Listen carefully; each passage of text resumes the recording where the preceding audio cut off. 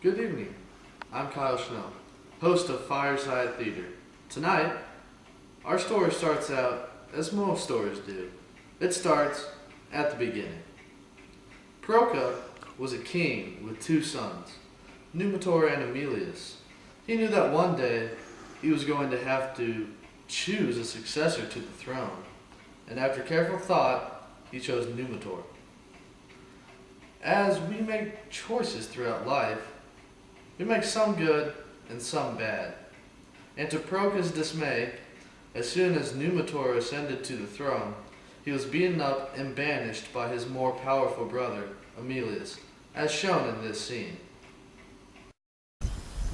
I, Proca, name you, Numitor, king. Absolutely not! I banish you from my kingdom and I am king! Once Numitor was gone, Emilius killed all of his lineage, except for his daughter, Rhea Silvia, but at a price. She must become a Vestal virgin, incapable of producing offspring that could threaten Emilius' rule, as shown in the next scene. Look sexy. Rhea Silvia, I name you a Vestal virgin. You are no longer allowed to procreate. Despite Emilius' plans, Mars, the god of war, intervened, and Rhea Silvia gave birth to twin offspring. Angered by this event, Emilius ordered a man to put the twins into a basket and set it in the Tiber River, where they will most certainly drown, as shown in this next scene. I'm putting a basket in the river.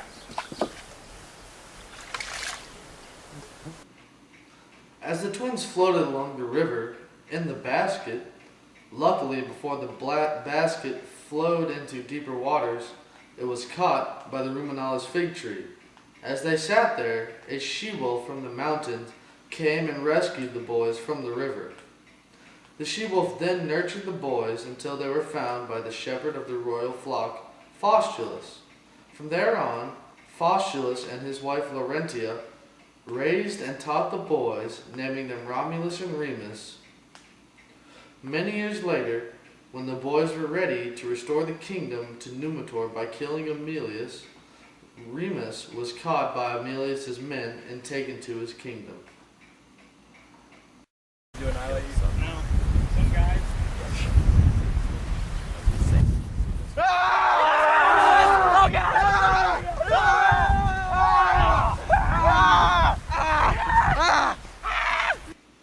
While Remus was held captive by Emilius, he was questioned on his lineage.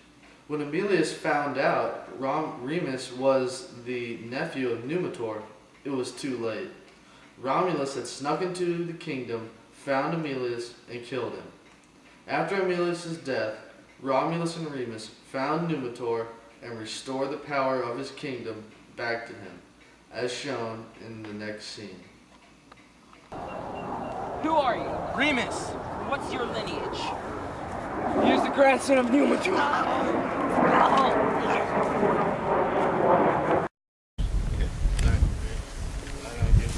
Numitor, we restore the power to your kingdom. With Numitor king again, Romulus and Remus sought after a city of their own, in which one of them would become king. To decide this, they looked at the auguries. Whichever one of the two saw the most eagles would become king. At first, Remus saw 6 eagles, but later on, Romulus saw 12 eagles. While Romulus was building the walls for the new city, Remus began messing with Romulus, fearing that he would not become king. Remus began jumping over Romulus's walls, and Romulus became so mad he told Remus that he would kill him if he jumped over his wall again.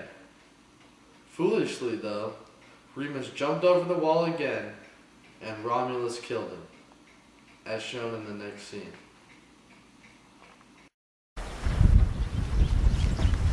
Remus, if you jump over my wall again, I'm gonna kill you. There you are. We gotta go ahead and get all this work on. This glass has got to start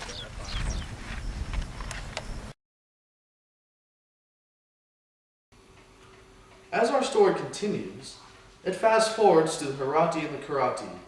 Both of these forces gathered armies of thousands to decide which side would be named the Romans. In a strange occurrence, both sides had a set of triplets, and the two kings came together and decided that it would be best if only 5 people had to die rather than thousands. Once the triplets were informed on their upcoming battle, they took up their arms and headed to the middle between the two armies. On the command, the two sets of triplets engaged in battle. In the first few minutes, 2 Horatii were killed, 3 Curiatii were injured, but 1 Horatius remained untouched. Since the Curiatii were injured and would run at different speeds, the Horatius ran away. And as he ran away, the Curiatii were separated. Right when they separated, the Horatius doubled back and killed 2 Curiatii in the process. The third Curiatii, horribly injured by his wound, knew the battle was lost, and as the Horatius thrust his sword through the last Curiatii, he said, "That was for my brothers, this is for my cause." With a final blow struck, the Horatii cheered as they were now Romans.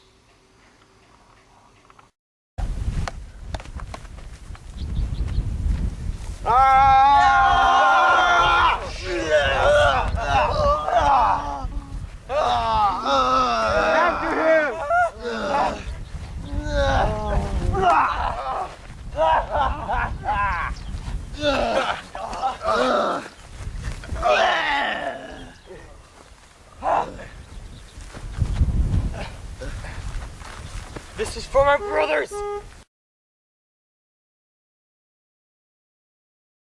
Years later, after the fight between the triplets, the Roman people were becoming agitated with their Tarquin king, and all it took was one mistake to have the kingdom overthrown. That one mistake was the rape of Lucretia by Sextus Tarquinius. The Roman people overthrew the kingdom and exiled the king with his wife and children, as shown in the next scene. Get out of here! Get out of here! Screw you, away! The king headed to Ardea, where his army was, and on his arrival, he informed his men that they would march on Rome, as shown in the next scene. Army, assemble! Yeah! Brutus, a politician, helping to make Rome a republic, headed to Ardea to speak with Tarquinius' army. On his way to Ardea, Brutus veered off the path so that he would not be seen as he entered the camp. And on his coming, he made a speech that convinced many of the king's men not to march on Rome, as shown in the next scene. You dogs, don't fight the king. Not cool. Alright, okay, alright, that works. When Tarquinius marched his army on Rome, the gates were closed on him, and he could not enter to reclaim his throne. On the inside of Rome, Collatinus was given power with Brutus at his side.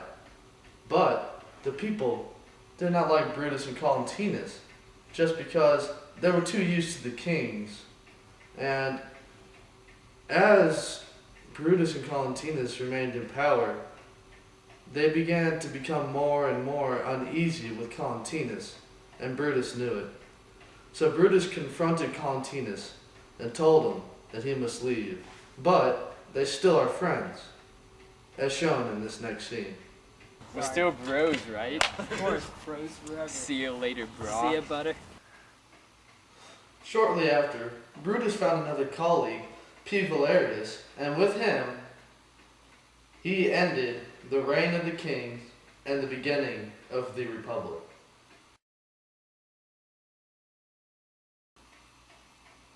A few years later, Tarquinius went to the king of Clusium, Porcina. Tarquinius told the story of how he was overthrown and exiled by the Romans, and since Porcina was also of Etruscan blood, he said he would help Tarquinius regain his throne. Porcina marched his army towards Rome, but there was only one way for his army to get into Rome, a small narrow bridge over a river that on that day was guarded by Horatii and Curiatii.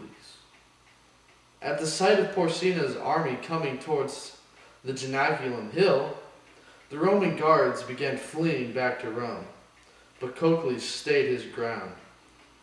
Curiatii ordered 2 men, Spurius Larsius and Titus Herminius, as they were running by, to cut down the bridge while he defended it. As Porsina's men ran across the bridge to meet Curiatii, he killed each of them one by one, until the 2 men Curiatii ordered to cut down the bridge cut it down. When the bridge was falling into the river, Curiatii jumped in with full armor on, and by some miracle swam to the shore. Upon his return, the Romans cheered as Porsina's army was forced to seek another method to sack Rome, as shown in this next scene. Hey, cut down the bridge. I'll hold them off. The bridge is falling! Since Porsina was not able to enter Rome, he surrounded it by cutting off all of its supplies. Rome could live without supplies for a while, since it already had so much, but everyone knew something needed to be done about it. C. Mucius went to the consulate and asked approval of sneaking into Porsina's camp and assassinating him. The consulate agreed, but they told Mucius that if he was caught, they would have no knowledge of his actions. Mucius headed out to Porsina's camp and blended into a crowd as he waited for Porsina to walk by. But when Porsina walked by, he was with a secretary that dressed and looked just like him. Mucius drew his blade and on accident killed the secretary, thinking it was Porsina, as shown in the next scene.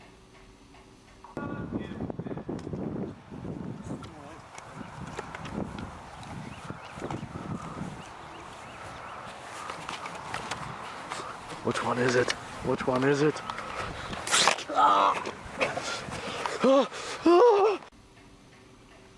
After killing the secretary, Mucius tried to escape, but he was caught by the guards, as shown in the next scene. Hey, stop flashing lights.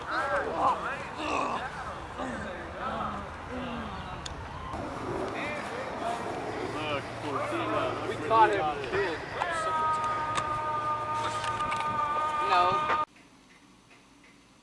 Mucius was brought back to Porsina and questioned on why he was there. Mucius told him that this was just the beginning. He would not be the last to attempt to assassinate him. Porsina was angered by this and threatened to burn him. At that, Mucius threw his right hand into a fire, and as it burned, Porsina was in disbelief. Porsina thought if one man would do this, he could not imagine what others would do.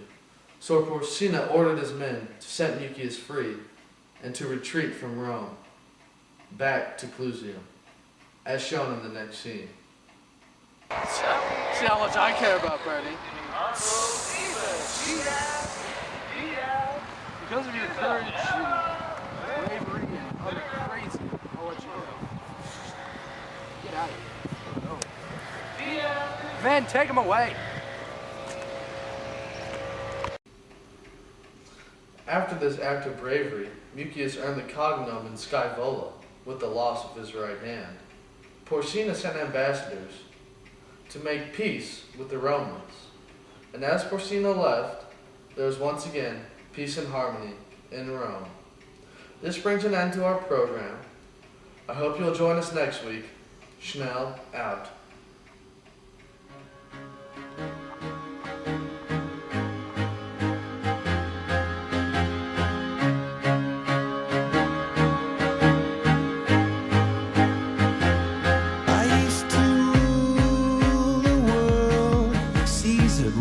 When I gave the word, now in the morning I sleep alone. Sweep the streets I